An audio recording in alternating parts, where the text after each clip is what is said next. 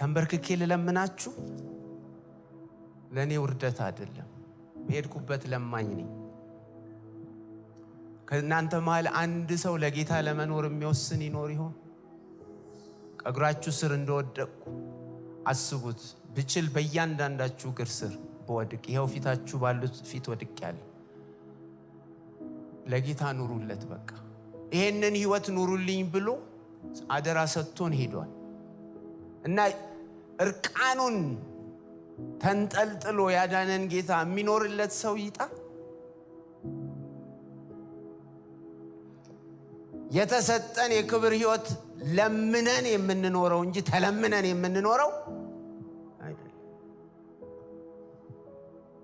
ሰዎች ለምነው ሊኖሩ የሚመጡት ህይወት እንጂ እኛ ኑሩ ተብለን በየጊዜው እንዲሆኑ ተብለን የምንለም ተንሰፍስፈን የምንኖረው ህይወት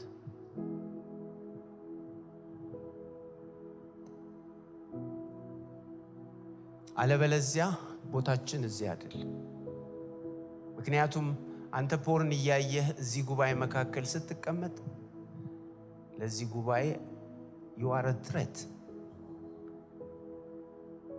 ብዙ ባወራው በዚህ ጉዳይ አይዞሽ ጥቂቱ እርሾ ሊጡን ሁሉ እንዲያቦካ አታውቁም ምን ይላል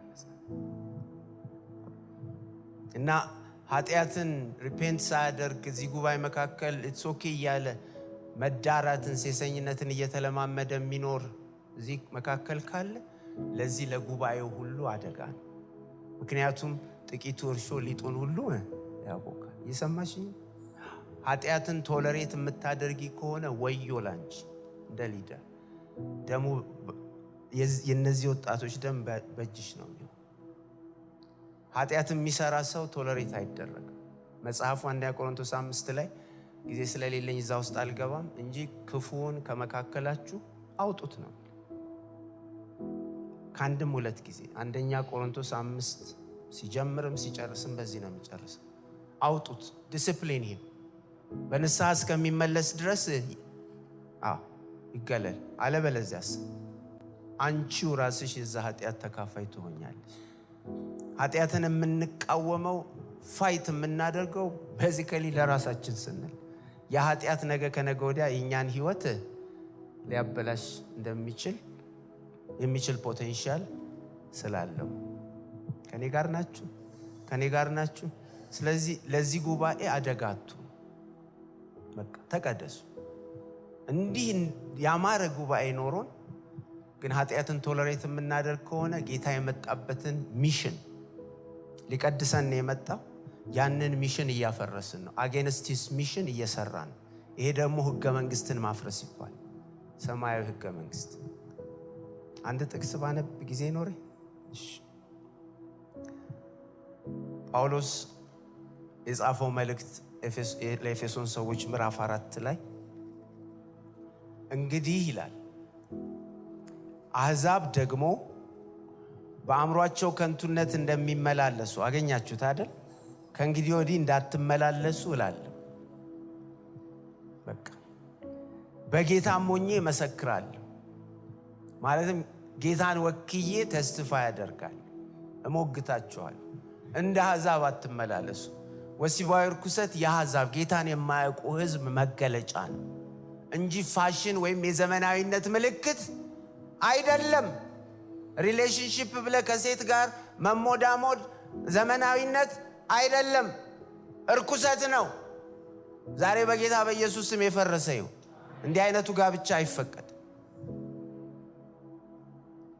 ቁጥር 18 እነርሱ ባለማወቃቸው ጠንቅ በልባቸውም ደንዳናነት ጠንቅ ልቦናቸው ምን ሆነ ጨለመ ከእግዚአብሔርም ህይወት ምን ሆኑ ራቁ ከእግዚአብሔርም ህይወት ራቁ እዚህ የህይወት ጉዳይ የእግዚአብሔር ህይወት የክርስቶስ ህይወት እነሱ የላቸው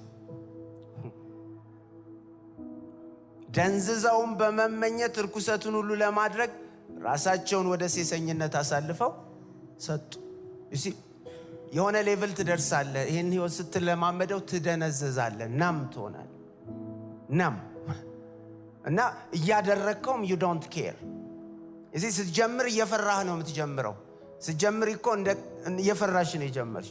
በኋላ ግን የሆነ ስቴት ላይ ህሊና ምን ይሆናል? ይደነዝዛል። ኃጢአት እንደሆነ ራሱ ፊል አታደርጉ። ጌታ ከዚህ አድነን። ቸርች ውስጥ ብዙ ስላሉ ነው የምነግራችሁ። እዚህ መካከል የለም ማለት አልችልም። ቢኮዝ አሁን የቤተ ክርስቲያን ትልቅ ችግር ስለሆነ ማለት ነው። ግን እና ቅጥ ለሌለው ብልግና ራሳቸውን አሳልፈው ሰጡ ይላል ዳኒ ያዘው ትርጉም። ቅጥ ለሌለው ብልግና እና ምንድነው? ሳይክል ኦፍ ኢሞራሊቲ ማለት ነው። በቃ ታደርገዋለህ፣ አትረካም፣ ግን እንደገና የበለጠ ጨምረህ ታደርገዋለህ። በቃ ቪሺየስ ሰርክል ውስጥ እንደዛ። ይሄ የአሕዛብ መገለጫ ነው። የኛ አይደንቲቲ ማርከር አይደለም። የኛ አይደንቲቲ ማርከር ወሲባዊ ቅድስና፣ ሴክሹዋል ፒዩሪቲ፣ እሱም ደግሞ የጌታችን ሕይወት። ከዛ ቀጥሎ ምን እንደሚል ታውቃላችሁ? እናንተ ግን ይሄን ቆሜ ማንበብ ራሱ አልችልም። ሶ ሂውጅ። እናንተ ግን ክርስቶስን እንደዚህ አልተማራችሁትም። እናንተ ግን ማለት we are a different breed። እኛ ልዩ ዘር ነን። ጳውሎስ ሲያስተምር አስተውላችሁ ከሆነ እናንተ ግን የተለያችሁ ናችሁ። እዛ ሰፈር ቢሎንግ አታደርጉ። you don't belong there። ያ ሰፈር አይመጥናችሁም። ያ ሰፈር አይመጥንሽም። ክርስቶስን እንደዚህ አልተማራችሁትም። ስለ ክርስቶስ አይደለም የሚለው። አንዳንድ ትርጉሞች ስለ ክርስቶስ ነው። ኦሪጂናል ትርጉሙ ክርስቶስን እንደዚህ አልተማራችሁትም። ለካ ትምህርታችን፣ ዶክትሪናችን ራሱ ኢየሱስ፣ ሃይማኖታችን እሱ። በዚሁ ልጨርስ ብዬ ነው በጀመርኩበት። he is our doctrine።